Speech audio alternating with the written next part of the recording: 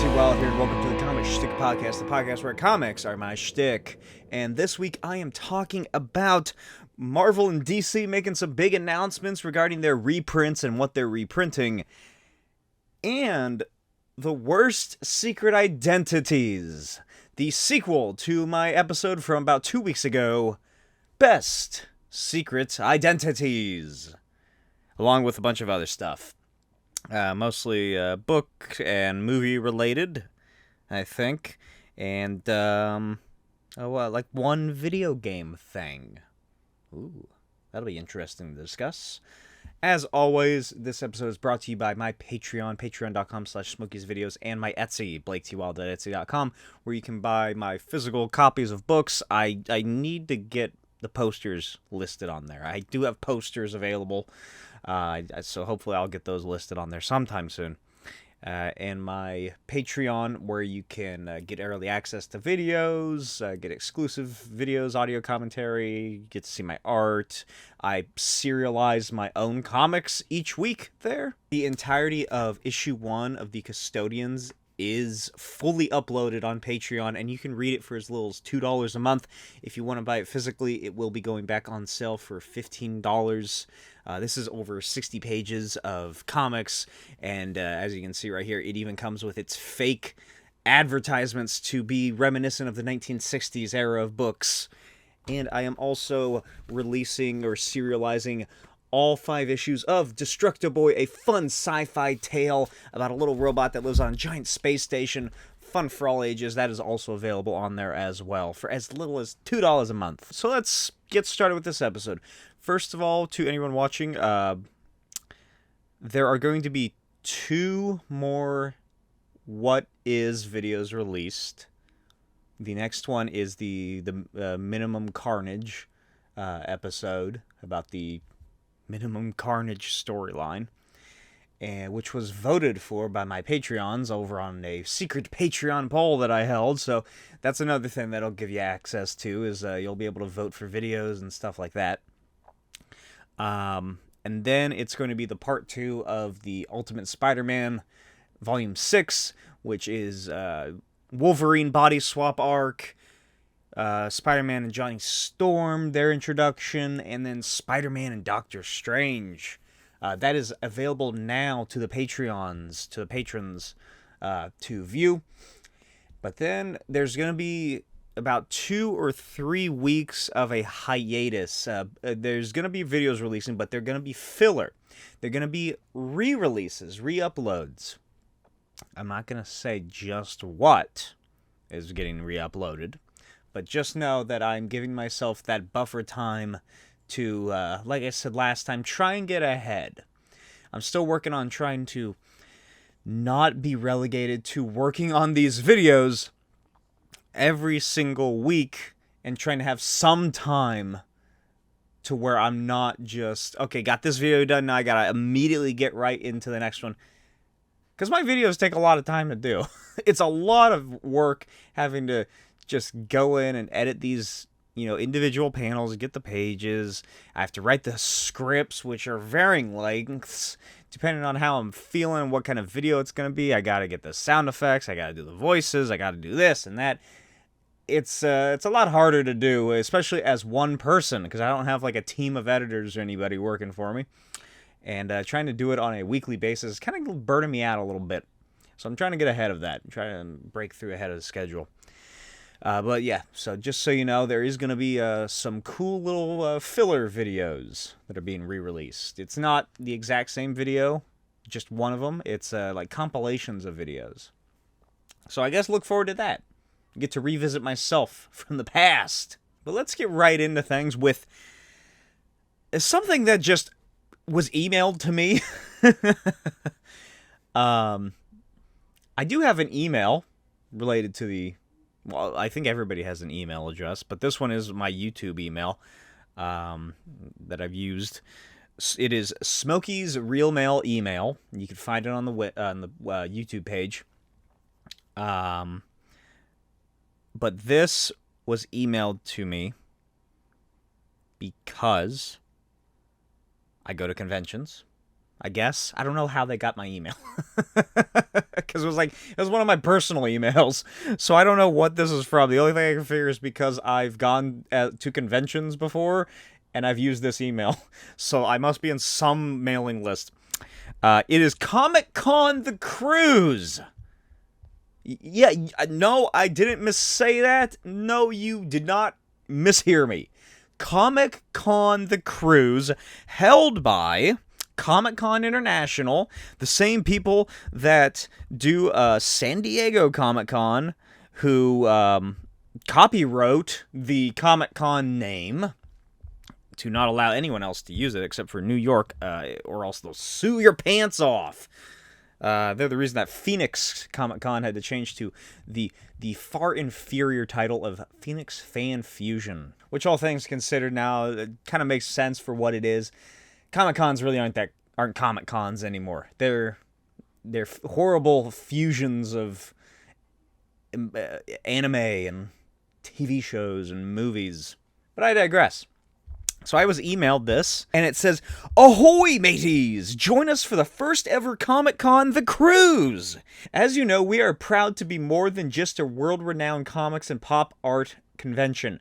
We are incredibly excited to immerse you in the world of popular arts like never before aboard the inaugural sailing of the officially licensed Comic-Con The Cruise, the ultimate fan adventure! Guest host Felicia Day and 2,000 of your fellow popular art fans join Warwick Davis, George Takei, Ernie Hudson, Mary McDonnell, Michael Trucco, author Rob Perlman, and many more popular art icons sailing the incredible waters of the Caribbean February 5th through the 9th, 2025. A full ship charter sailing from Tampa, Florida to Cozumel on the Royal Caribbean's Serenade of the Seas. Comic-Con The Cruise will offer an unparalleled fan-focused environment with exclusives and intimate access and surprises at every turn. Officially licensed by San Diego Comic Convention, Comic-Con The Cruise is the only voyage that authentically elevates every fan's experience to new heights." Here's where it gets fun. Cabin rates begin at just $999 per person. So, the way that is stated makes it sound like if you're married, you can't share a room. And include lodge, meals, performances, interviews, parties, and events presented on the cruise. No interest payment plans are available to make this journey even more affordable. Get ready to sail to a brand new popular arts world. Book your adventure today. And then they have the Comic-Con The Cruise website, which looks like a fake comic book threw up all over it. So yeah. For some reason, here's what the ship looks like. For some reason, Comic-Con is decided, you know what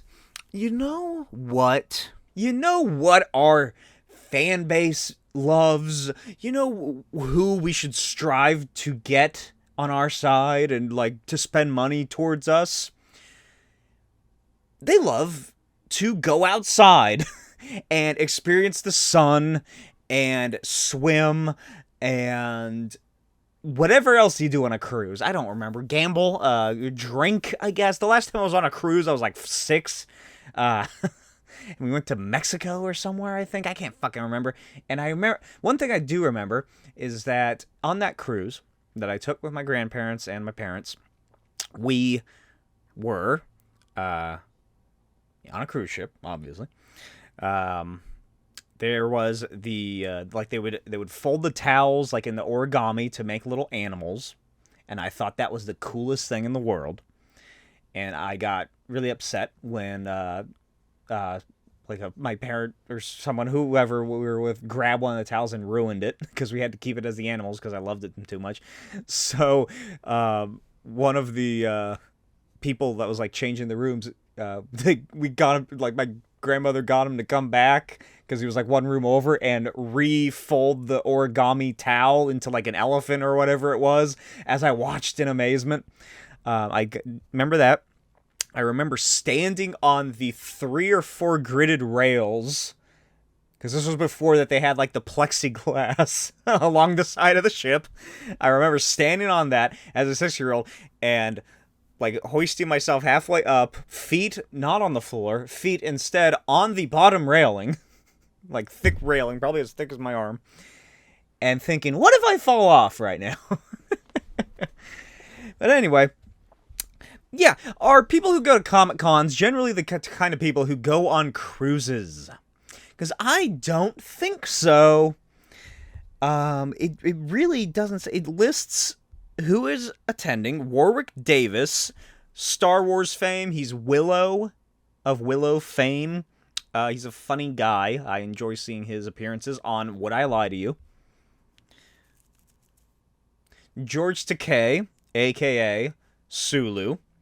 Ernie Hudson, Ghostbusters. I don't know who Michael Trucco is. Felicia Day. I've never cared for Felicia Day. I've never really followed her. It's not like I don't like her. I don't know. I'm ambivalent towards her, I guess. The only thing I can think of Felicia Day being in that I know is Fallout New Vegas, the video game. And whoever the fuck Rob Perlman is. Not Ron Perlman. Rob Perlman with 2 B's. He wrote the book, What Would Skeletor Do? Which I just realized is my one Google of the episode, so I hope there's nothing more of note that I need to know. Oh, and apparently there's going to be more to be announced, so that's not all. The talent. The talent is part of the community. They step off the stage and dine, party, and interact with us in a non-stop 24/7 adventure at the sea. That's what I'm thinking. Comic-Cons have the beauty of being able to go home to a hotel each night. What's gonna happen if, you know, the most I feel, because I don't know, this can go very different directions. But if you're attending a convention as talent, as they call it here, a celebrity, actor, a creator, someone like that, then you interact with these people, some good, some bad, for about, what, like 8 to 10 hours a day, depending on how long the convention goes for. But then you get to leave. Sure, you'll see some people and, like, you know, talk to them a little bit if they want to talk to you and as you leave, but you're able to go places that the riffraff of the convention aren't able to go, so you can sneak out the back. Instead of being trapped on them in a cruise ship. And another thing, I don't know how aware you are, but a lot of the people who go to conventions, at least in my experience of going to comic conventions for about 15 years now, I think, is when I probably started going, maybe 10 to 15 years about. That sounds about right. Is they're not the most socially capable. And they're also not the most hygienic. And if these people are willing to pay money to, you know, go to a convention, who's to say they're not willing to spend money to also go on a boat where you're locked on for 4 or 5 days, 4 days, 5 nights, probably. That is going to be just a nightmare experience if it's anything like a regular convention. Because this is San Diego Comic-Con. This is taken off from Florida. So there might be, you know, I feel like if any, this is them trying to reach that sort of like Disney audience, like family, friends, people who are like a TV show or a movie and go to Comic-Con every now and then, you know, like not like actual nerdy characters, because notice that these are all like movie actors and whoever that one author, industry insider, Mr. Rob Perlman, whoever that guy is. So this is definitely more focused on the pop culture aspect of it rather than like comics. But still, like I said, where should I put this number percentage? 80%? I feel like it's gotten a little better. I feel like it's gotten better, so I'll say 80% of Comic-Con attendees, again, just are not the most socially capable. It is, it's 4 nights, and you're going to Cozumel, Mexico. Not sure where that is. It's on the east coast of Mexico, somewhere, I'd imagine. Here we go. Okay, so how does this work? What is this, actually? This journey takes you on an unforgettable voyage in the Caribbean. Immerse yourself in the culture and natural beauty of Cozumel, Mexico. Then return to the ship for more adventures and fandom as we sail the high seas with more than a dozen bars, restaurants, clubs, lounges, a Vegas-style casino, luxurious spa, and expansive pool deck. The ship is a destination of its own. A place to make new friends and savor convention-related thrills while on a luxurious vacation. That's another thing, is convention flu, I think is what it's called. Oh my god. Oh my god, on a ship? God, this sounds more horrible the more I read it. You cannot make me go on this boat adventure unless, of course, you donate to the Patreon with thousands of dollars or however much it's going to come out after tax, because it's like $900. Let's see. I'm going to go to the booking for this. Let's see how much this comes out for. I'm going to say 1 guest. Oh, God, why do I have to make an account? I don't want to make an account. Shirt size. Look, I don't want to say anything, but I feel like extra large and up is going to be sold out. So what does it ask for shirt size? Okay, register. Okay, I'm registered. Comic-Con the Cruise. All right, suites. Per person, standard price for a... Oh, that's a suite. Is $4,300 to $5,600. Ocean view rooms are cheaper than balcony stay. Okay, so that just means it's a window.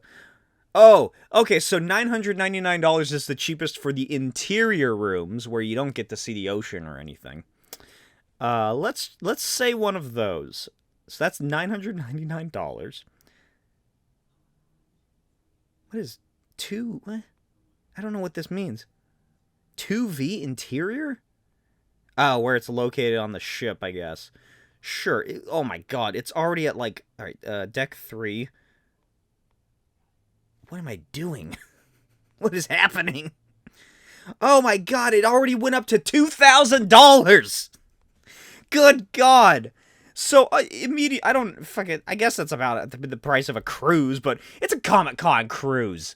It's George Takei is there. I wouldn't have expected it to be that much. So just right off the bat, it went from $999 to $2,100. And again, what are you gonna do here?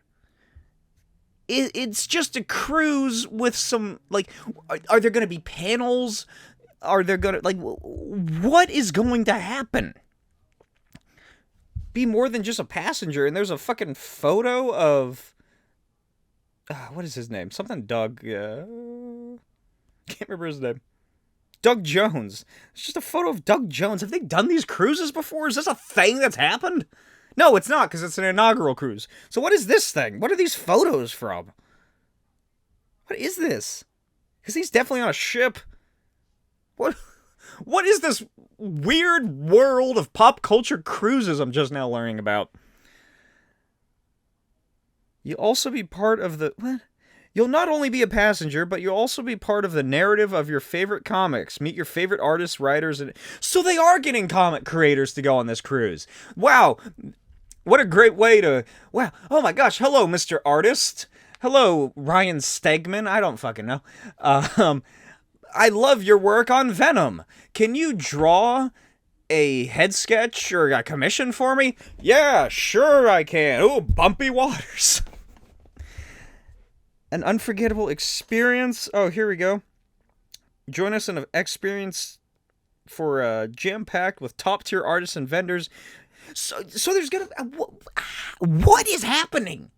Vendors are now here? So it's literally a convention on a cruise ship?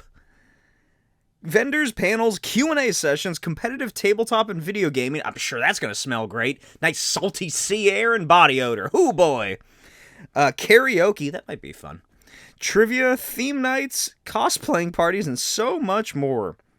Discover the journey. The journey takes you... Okay, that's just where it goes again. Nightly entertainment. So they're getting the cruise ship entertainer, guys. Celebrities perform on stage, yoga sessions, karaoke battles, whiskey tastings, and blackjack showdowns. What the fuck? There's a lot of photos on here of something that's not this, but it's people dressed up in convention cosplay on a cruise ship. I don't know what to say. I fucking... How odd. I've spent 20 fucking minutes talking about this, and I don't know what to say. Would you go on this cruise if you could? It just doesn't feel appealing. Like I said, the whole point of going to a convention is that, especially if you're attending it as an exhibitor, you're fucking exhausted. And this is like a 24-hour convention, because you're gonna have to deal with people all the fucking time.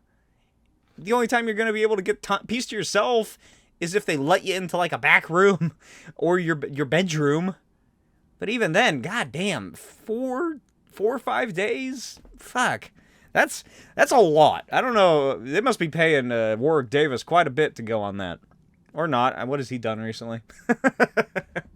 Alright, finally moving on to a movie trailer I saw that I thought was fake. Sasquatch Sunset.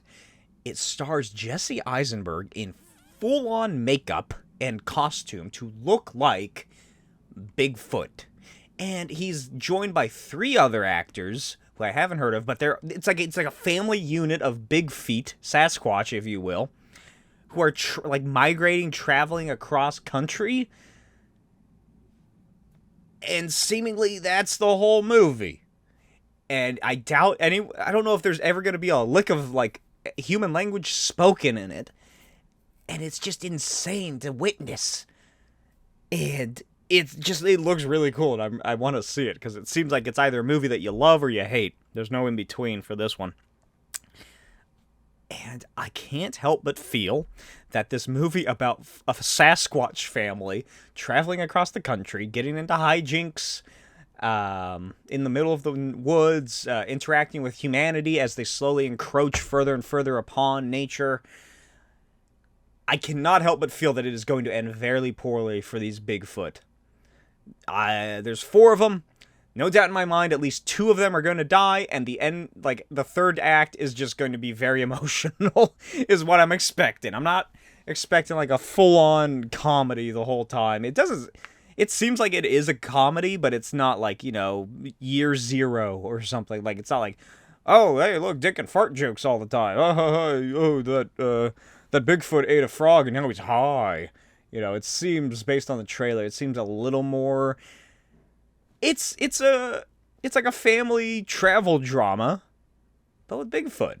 And that is just such a unique idea, and I can't wait to check it out. I highly recommend you go see the trailer, because it's one of the weirdest things I've seen. So, according to film rumors, Tom Cruise is speaking with Quentin Tarantino about a role in his final film, Tarantino's, The Movie Critic. That would be awesome. In my now defunct podcast that I did with my friend, we went through Tom Cruise's filmography. It's called the Cruising Altitude Podcast. You can find it on my channel. You might be able to still find it on Spotify if it's still listed on there. I can't remember for sure.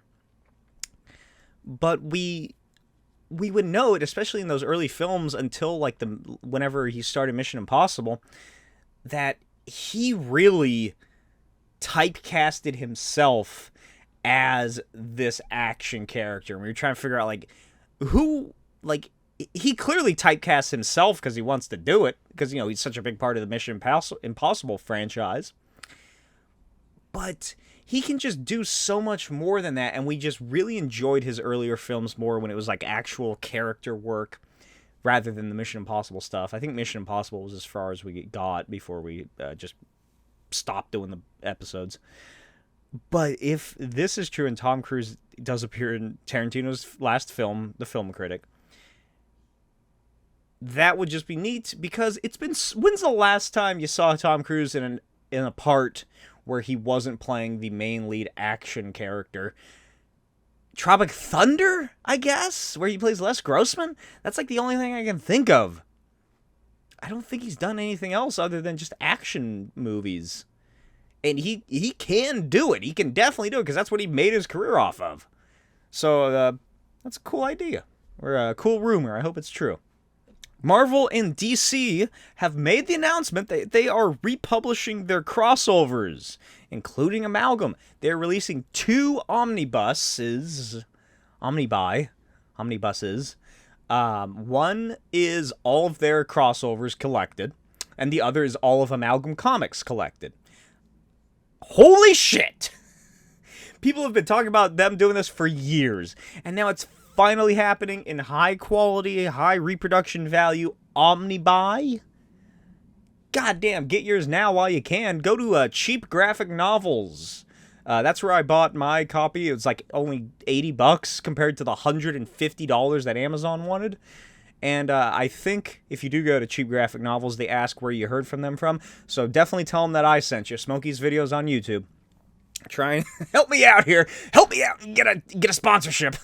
But yeah, I went ahead and I pre-ordered the what is it? The actual crossovers, the DC Marvel crossovers, which there's a couple in there that I'd never heard of somehow.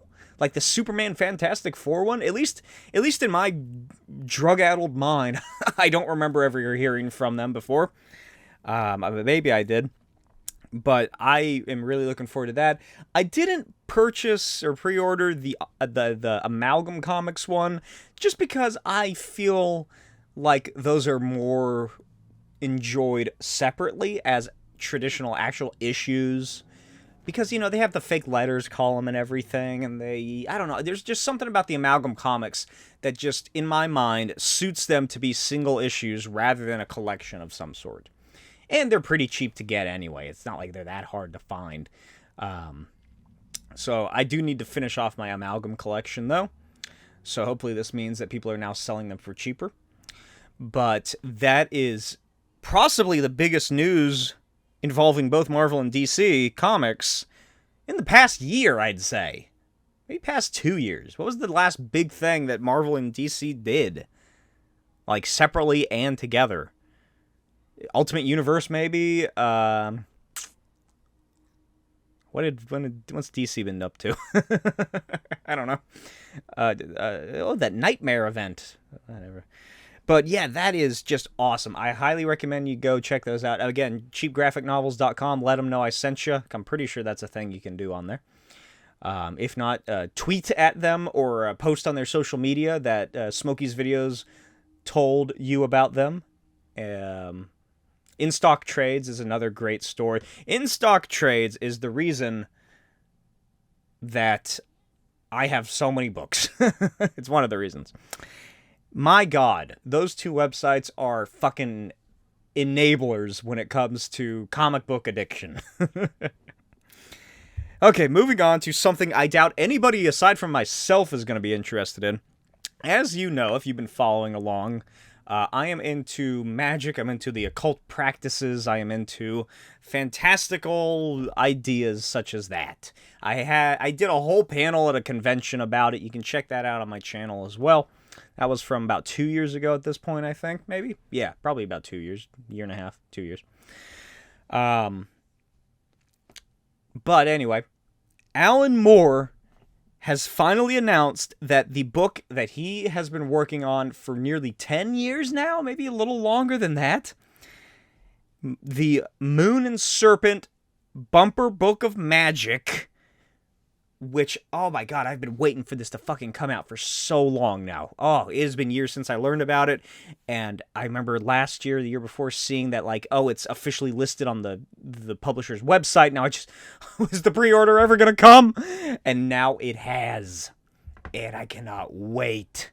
It is by Alan Moore, Steve Moore, no relation, but he was, like, Alan Moore's, like, best friend and mentor for a while until he passed away.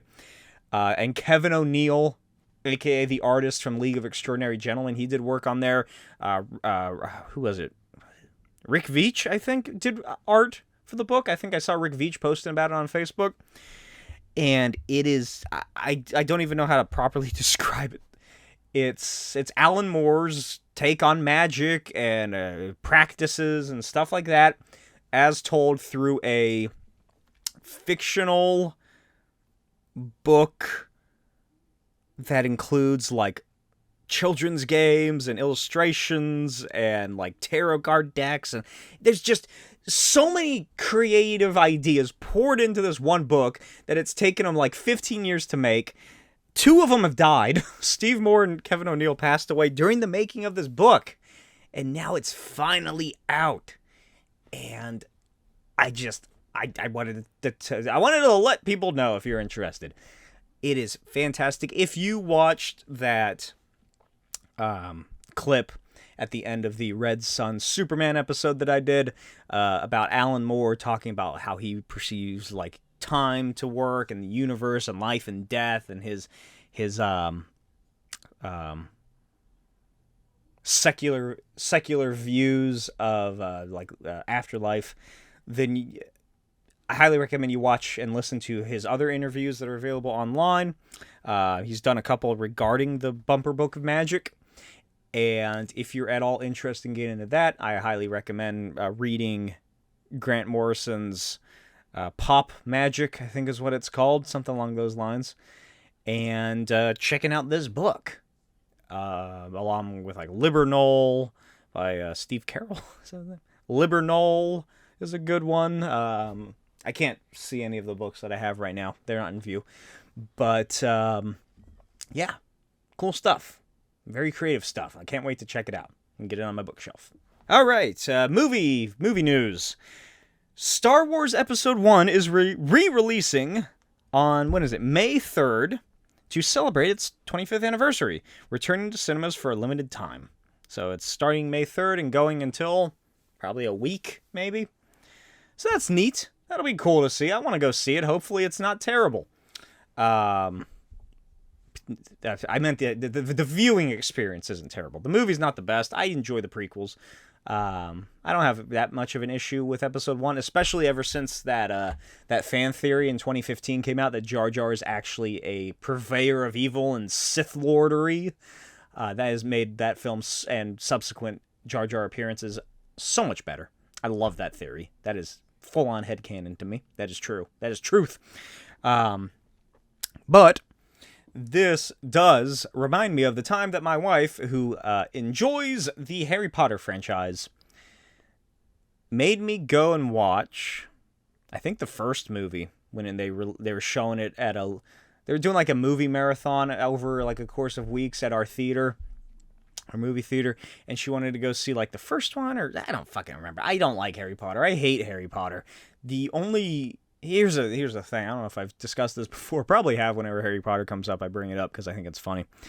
The only reason that I've watched the entirety of Harry Potter, all 7 movies, 8 movies, I don't fucking know, is because this girl that I had a crush on in high school, that I was attempting to court, she enjoyed Harry Potter, so I watched all the films.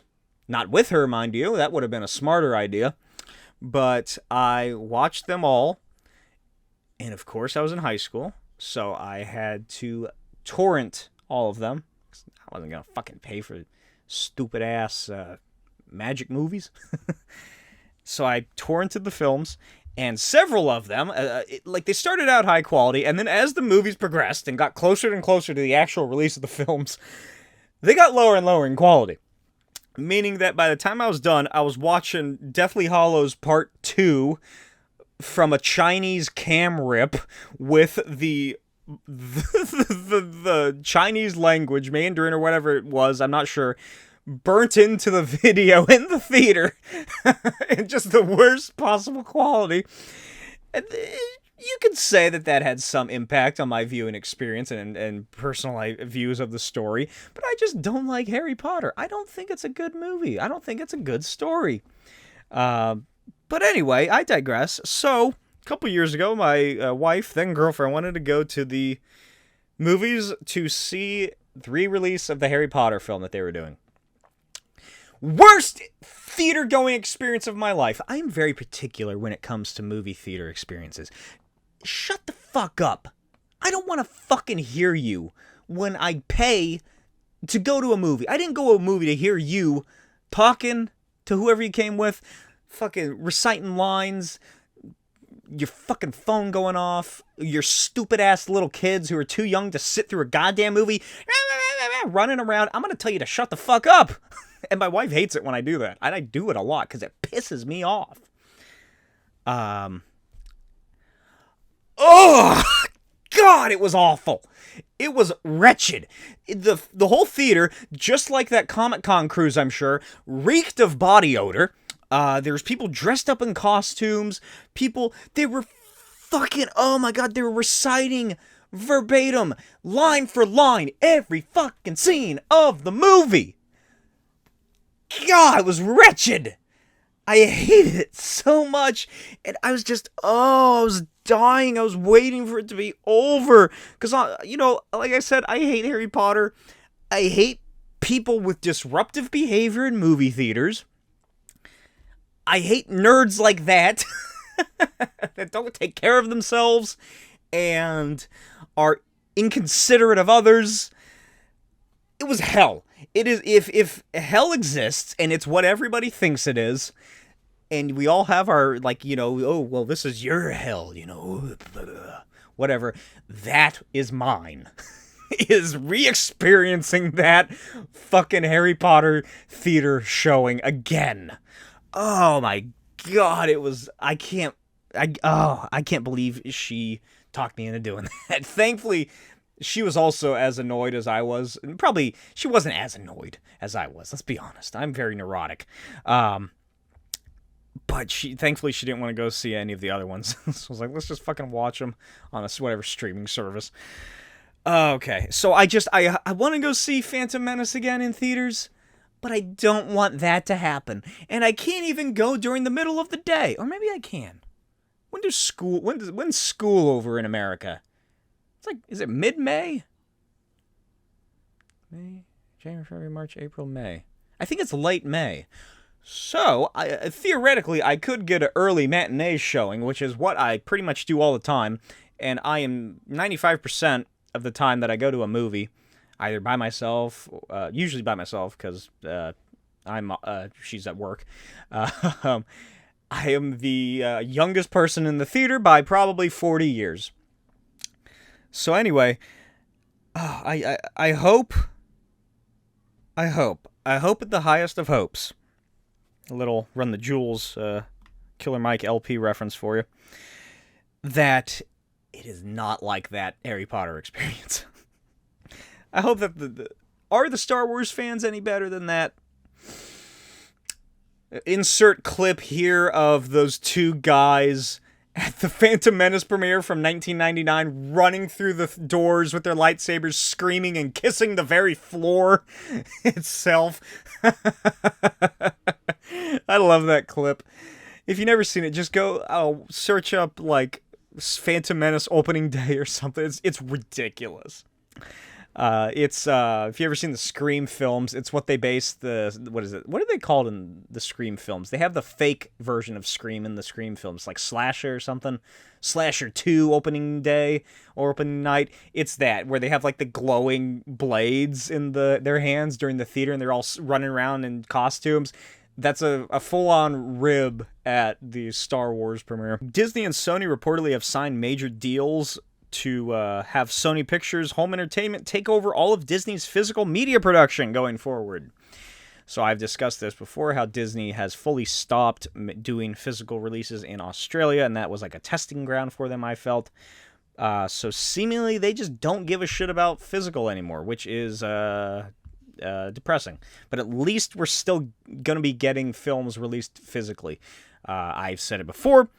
Digital, you don't own jack shit. That is a license. If you have any license, if you have any programs that you use, from Microsoft Office to Steam, you're not buying those games, you're not buying those programs, you're not buying Photoshop, you're not buying that movie. Movies are more, they acknowledge it more. You are licensing the ability to use that program, that file, that whatever. You don't own it. That's why I prefer physical media. Comixology, I'm sure, is the thing a lot of the viewers that, people who watch this can probably relate to, or at least acknowledge. Look at what happened there. People spending thousands of dollars, having hundreds of thousands of dollars, thousands of books in their libraries. With the snap of their fingers, it's gone. That was a pretty good snap. Wasn't the best. I can't really snap. I'm still learning. My hands are all sweaty. I need to... I don't know how... That one's a little better. Fuck. My hands hurt. Ow. Anyway. Yeah, you don't own shit if it's digital. So, I hope nothing ever happens. But that's at least good for now, I suppose. Gareth Edwards has apparently been at least in touch. Yeah, I've been in touch with Gareth Edwards. Gareth Edwards has been in touch with Universal, that's who it is, to direct Jurassic World 4. I brought it up, I think, last time I discussed this, how quickly they're trying to churn out this fourth Jurassic World film. The director that they wanted, David Leitch, that fell through. So they're seemingly going with Gareth Edwards, director of Rogue One and The Creator. That's what that movie is called that I didn't see. So that's good. He's a good director. I enjoy his work. From Rogue One, I guess. I don't know if I've seen anything else of his. But yeah, that's a good director. So I'm fine with that. I think he could do something interesting if it's a good script, which it seems like it will be. David Cope. I feel like every episode since that news came out, I've discussed David Cope and his fucking screenwriting career. He did the first Raimi Spider-Man. He did the first 2 Jurassic Park films. All right. We got some announcements, or we got some release announcements. Release dates. There's that word. Joker 2, Folie Deux, releases October 4th, 2024. They released a couple of photos of Lady Gaga and Joaquin Phoenix together. It's a common. X-Men 97 releases next month, almost exactly a month from now, on March 20th, 2024. I don't give a shit. I, personally, hate all of the Marvel 90s shows. They are vastly overrated. They are not good. They're not good shows. They are too neutered, is the biggest thing. The Spider-Man show, for instance, couldn't have real guns involved. That's why all the guns were lasers. Spider-Man couldn't actually fight anybody because they didn't want to show Spider-Man punching people. And meanwhile, Batman over there on the Warner Brothers Kids Network is fucking chucking goons off of roofs and blowing up buildings or whatever he's up to. But Spider-Man, oh no. Spider-Man can't punch. He's weakling Peter Parker. He's too nice to punch. He's your friendly neighborhood Spider-Man. Spectacular Spider-Man and Earth's Mightiest Heroes, of course, are the superior shows. Umbrella Academy final season airs August 8th, 2024. I think that's season 4 or 5. I don't remember. Maybe season 4? Maybe season 5. Maybe season 6. Never watched it. Watched half of the first episode.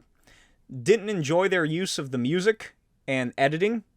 Those are my main issues with the show. I didn't really care for the story either. I've never read the comic, but my main issues were with how the story was told via editing and stuff like that. So I just didn't bother. I didn't care. I did watch the episode from the last season, the season before, where they're in the alternate reality and they have the Footloose dance off, just because I really like the choreography of that and I really like that song. But that's the only thing I've watched, and I didn't even watch that all the way through. I watched about half of that. So that's coming to an end. Galactus is apparently... the rumor is that Galactus is going to be the villain, or is going to make an appearance in the Fantastic Four film, and they want to get Javier Bardem to play him. How do I feel about that? I don't really want it to be Galactus. At least... why did I start talking like Marlon Brando? At least not... he's the full-on villain. I can't imagine he would be, just based on Marvel's track record. Because even Kang, they built up to. If they were just Galactus is here! You know, something like that. That's not really Marvel's modus operandi. Modus operandus. I feel like they wouldn't do that. If anything... it's going to be a cameo or a credit sequence or something along those lines. Maybe it'll be like in the first Guardians film where we see the Celestials in that flashback orb that Benicio del Toro has, the Collector. But that also brings to mind, is Silver Surfer going to be there? Is it going to be Silver Surfer? Are they going to use one of the other... less popular Galactus Heralds? The possibilities are limitless. And finally, the final bit of news is the Fallout Special Anthology pre-orders are now available for $60, which is way cheaper than I expected. So the Fallout Special, that is that's an initialism. S.P.E.C.I.A.L stands for Strength, Perception, Endurance, Charisma, Intelligence, Agility, Luck. Almost forgot them. That's the Fallout video game skill stats is what you put those into. Like, you put points into those skills if you haven't played the Fallout series. If you haven't, I highly recommend it. I also highly recommend you check out my Fallout video game Let's Play series, part Let's Play, part Roleplay series, over on the channel. Lone Wanderer's Odyssey and Radiation Roads are the two that I'm doing right now. Eventually, of course, I'm going to do Fallout 4 and Fallout New Vegas, and then I'm going to eventually get around to Fallouts 1 and 2. Maybe Tactics, too, I don't know. But this is Fallout 1, 2, 3... Tactics, which was a spin-off between 2 and 3, Fallout New Vegas, and Fallout 4. 6 video games for the price of only $10 a video game, which is really not that bad. It's Steam keys that they're selling. They're not physical games. They're not doing that anymore. But it does come shaped like a mini nuke, which is a weapon. Well, I guess it's a weapon. It's also an ammo piece, more essentially, for a shoulder-mounted miniature nuke launcher that was popularized in the 3rd video game, I think is where it was introduced. And it's probably going to be about yay big or so. That's about how big they are in the video game. But inside are included... see, I can't snap anymore. I really gotta... inside are like special collectors, like cards for the each special skill. So I want it for that mini nuke just because it looks cute and neat, but at the same time I'm like, that's $60 for 6 games that I already own. Also, yeah, Fallout 76. I forgot that one. That's also included. I guess I could get it and give away the codes. I don't know. We'll see. We'll see how much I really want this. But that also came out a week after Epic Games, which is similar to Steam. They're a virtual video game retailer, announced that they were going to be releasing Fallout 1, 2, and Tactics for free, available for free, because they do that occasionally. And then recanted that statement almost immediately and uploaded different video games for free. And everybody was like, what the fuck is happening? Why did they do that? That's fucked up. You said you were going to give these video games out for free, and now you're trying to charge for them again? Here's your reason. Because Bethesda's trying to sell a game bundle for it. But yeah, it's a neat little gimmick if you've never played the Fallout games and you want to play them on PC, because seemingly it's only on PC, this anthology special. I'd recommend you check that out. $60 for, what, 6-7 games? That's not bad. And Fallout 76, well, I think I'd imagine it comes with the Game of the Year editions, which means that they all have their DLC. Fallout 3, Fallout New Vegas have their DLC included. You'd hope, at least, right? But 76 is the only one that has those additional add-ons because it is an online service. But all of the DLC for 76 has been free. The only thing you have to pay for are, like, cosmetics and, like, if you want to build your base and you want to get this kind of wall rather than that kind of wall. So it's not that bad of a deal. And finally, we move on to the topic of this week's discussion, which is coming out to an hour because I spent nearly half an hour talking about that Comic-Con cruise. I can't believe that's like half the episode. Worst secret identities. If you remember back, harken back, if you will, to 2 weeks ago when I did best secret identities, I didn't list them as, oh, well, that's a cool secret identity. That person, like, you know, that's a neat identity, this and that. Like, you know, it's not like the classic, like, oh, like power scaling sort of secret identities. Like, oh, well, Bruce Wayne is actually a millionaire. His secret identity, he has a ton of money. He's rich. That's awesome. Or, you know, something like that. That I went by who has a secret identity that I felt helped, like, help people, help the society, help themselves mentally, emotionally, you know, stuff like that. Like a more in-depth perception of what it means to have that secret identity. So this is the worst secret identities, top 6, according to myself, alternating between DC and Marvel, just to make it a little easier on myself. Starting off with Jane Foster, a.k.a. Jane Foster. Her secret identity is a cancer patient. You can see why I picked it as one of the worst ones. I have never read the part where she is Thor, aside from that What If from the 70s. I can't remember how her normal body functions when she is in her Thor appearance. And I don't know if they said it in the movie or not, that she, like, you know, gradually, like, if the cancer still gets to her when she's as Thor, or if it, like, she pauses her life expectancy, or her life, if her human life is paused when her goddess life is active, or something like that. But either way you side with it, she's a cancer patient. She has cancer. She knows she's going to die. So either she has to be Jane Foster all the time, or not.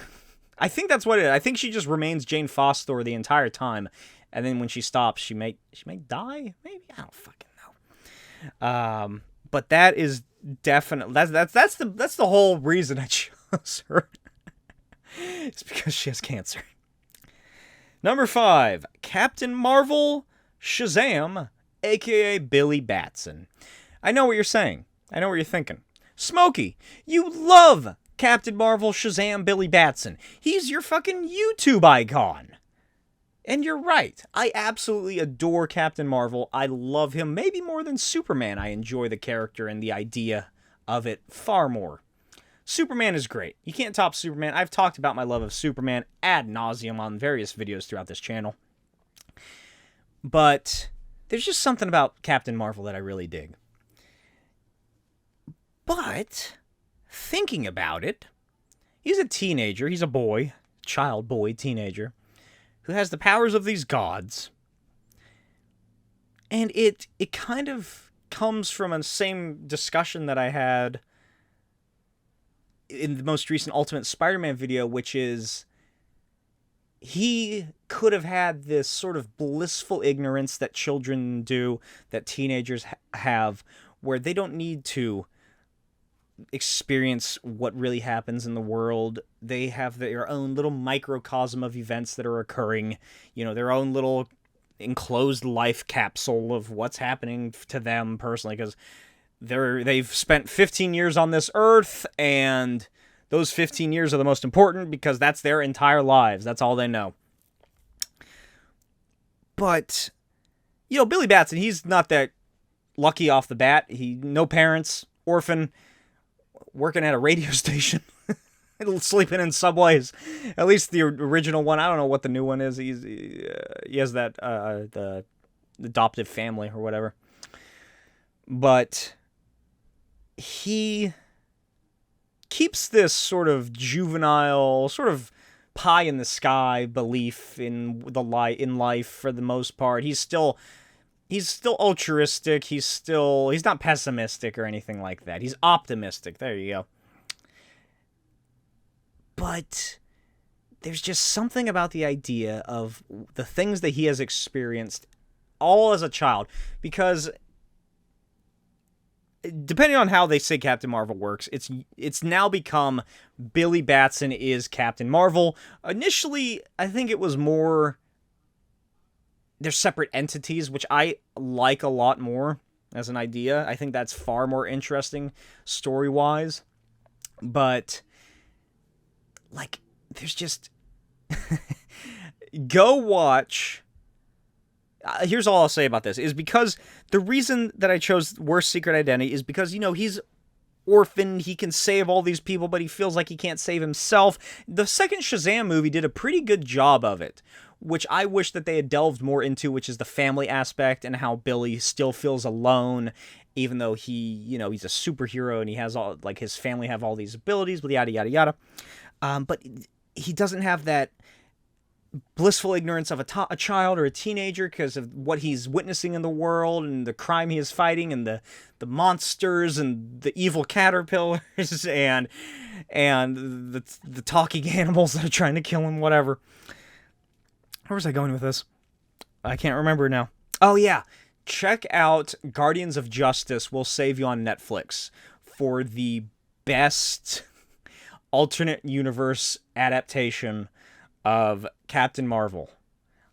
I absolutely love that series. I have an episode early on in the podcast about it. Check that out. Number 4, Thor,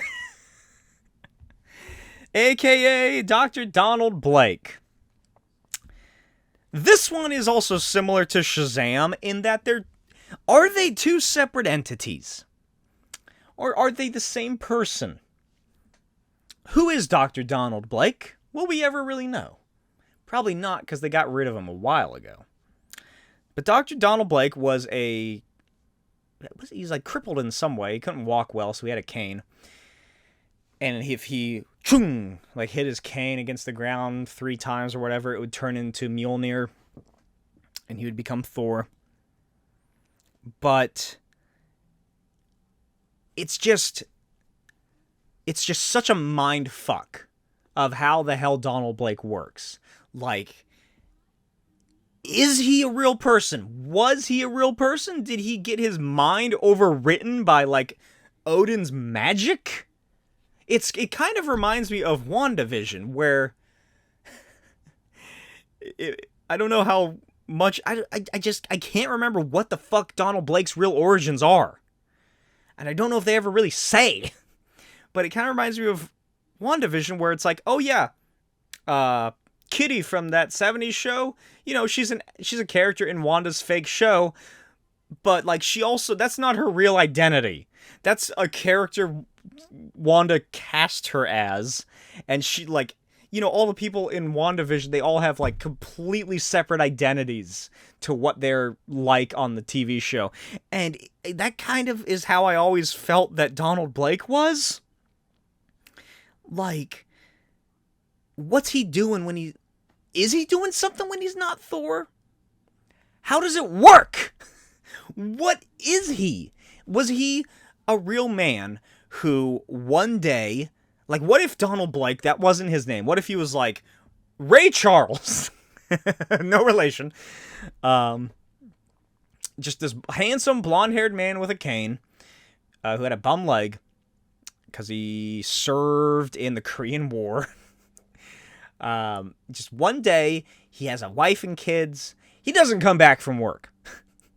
Because he is now... Odin has used him like an Etch-a-Sketch, shaken him up, and then redrawn him as Donald Blake, a doctor in New York City, for his son to inhabit the corporeal essence and body. And that's it. He is now that. Or, even more confusing, somehow, was Dr. Donald Blake a creation of Odin? Which, it shouldn't be that confusing, because Odin and his brothers created life for the most part. They created humanity, at least. Or no, Odin's father. Or was it Odin? I think it was Odin. Odin, Vidi, and something else, the three brothers. Yeah, it was them, because they carved the humans out of driftwood. Did he just create Dr. Donald Blake out of creation, out of nothing, out of driftwood? Make him a doctor, give him a doctorate, give him this history, give him people who know him? Like, did Odin alter the memories of, 60 people that interact with Donald Blake on a fairly, regular basis? How many people does he interact with on his life? 1,000? I don't know. How did it work? What is going on with that secret identity? And is it really a secret identity? Because he gives him deja vu or amnesia, so he doesn't realize he's Thor. So is he Thor, or is he a dude that Thor's mind is inhabiting through some sort of magic? It's horrifying. Moving on to number 3, which now that I think about it, maybe should have been number 4, but I thought that Thor being number 4 was a lot funnier. Plastic Man, aka Patrick Eel O'Brien. Plastic Man, his origin story, his backstory, his secret identity, there you go, is that he is a criminal. He's a criminal who he plays both fields. He at least early on. And that is just another, tumultuous situation in your life. First of all, you get the ability that your body becomes plastic and you can turn it into whatever you want. But at the same time, you have this revelatory experience where you're like, oh my god, I need to help people, I want to help. But you're also, indebted and ingratiated with organized crime, which historically is not the easiest to leave. So he's a double agent for himself, pretty much, is what his deal is. And that just must take a toll on a person. Let's see. I want to see a Plastic Man movie in the style of The Departed or Sleeping Dogs, one of my favorite video games, where you play a Hong Kong detective who goes undercover in the triads. Fucking greatest game of all time. One of them, at least. Just make that a Plastic Man story. Number 2. These last two should be pretty obvious, I think. Number 2, Tony Stark Iron Man. Alcoholic, capitalistic, warmonger, becomes an alcoholic, philanthropic superhero? But at the same time, well, I was going to say, how does he properly address the, atrocities that his creations and his hands have unfolded upon the world? It's alcohol. That's how he does it. That's how he sleeps through the night, is by drinking a lot and trying to forget the images of dead women, children, men who were slaughtered like animals from his weapons. And especially in the MCU, we get to see a lot of his paranoia related to his life and what he experiences in that series, where he sees the alien invasion come through when he goes through the portal. That is, that's why I really like Iron Man 3. I think it goes Iron Man 3, Iron Man 2 in terms of quality of film and stories being told. Is that it tries to do... Well, Iron Man 2 tries to do Demon in a Bottle as well, and they do it pretty well. I like those aspects of the character. I like seeing him sort of... I don't know. I can't think of the word I'm looking for, which always happens to me on this podcast. But Iron Man, he is a walking weapon that fights for good, I guess. What does he do? He runs this mega conglomerate. Depending on when in his life it is, people either know he's Iron Man or he has to keep the ruse up that Iron Man is a robotic security guard dude that he hired. Which is funny because when the first film came out, the test audiences thought he was a robot. Which just shows how perfect that secret identity would work. But really it all comes down to the fact that he is a raging alcoholic. And it's depressing. Because that's how he copes with the lack of attention in his life from, a rough childhood, upbringing, a lack of self-confidence in a way. He parades himself around as this made man, this millionaire, this entrepreneurial businessman who is a genius inventor, which he is, but at the same time, he has an imposter syndrome. He is afraid of, the whole heart ordeal, and he deals with the fact that, that is his life until he becomes Iron Man, and then definitely after he becomes Iron Man, through drinking. And it's depressing. Like I said, it's a sad secret identity. And the final one, of course, how can it not be, for the worst secret identity, Bruce Wayne. Take everything I just said about Iron Man and replace alcoholism with emotional trauma that has never been properly helped and aided, and mental angst and anguish, and witnessing your parents ceasing to be your parents and instead becoming cold objects dressed in expensive clothes at age 8. A lot of my feelings on Bruce Wayne as a character, I say in my Frank Miller analysis video, which is a feature film length video that I made. It's a review analysis of Frank Miller's Batman. And pretty much check that out. Check out the Batman Year One specifically for my views on Bruce Wayne and Batman and why I think that, he is the worst secret identity. And that brings us to a wrap. End of the episode. Let me know what you thought. What did you think of that Comic-Con cruise? Sasquatch Sunset talked about Tom Cruise, the DC Marvel crossover and amalgam reprints, omnibuses, Alan Moore's book, prequel movie getting released, all these new stuff coming out. Are you excited for anything? Today, actually, as I'm recording this, is the release of Bad Batch Season 3. First 3 episodes. Don't know when we're going to watch that. Hopefully sometime this weekend so I can talk about it next episode. I am not looking forward to it because I just know I'm going to be crying. Because it definitely doesn't end happily for these characters. No way it does. It could have if they stayed on that water planet. But it's definitely not happening. And what do you think of my list of worst secret identities? Based on that idea and that criteria, who do you think are the worst secret identities? Let me know in the comments. As always, follow me on Instagram and social media at NotBlakeWild and at Smokey's Videos. I got a TikTok too, at Smokey's Videos. Check out my Patreon and Etsy. And yeah, I will see you next time. Bye.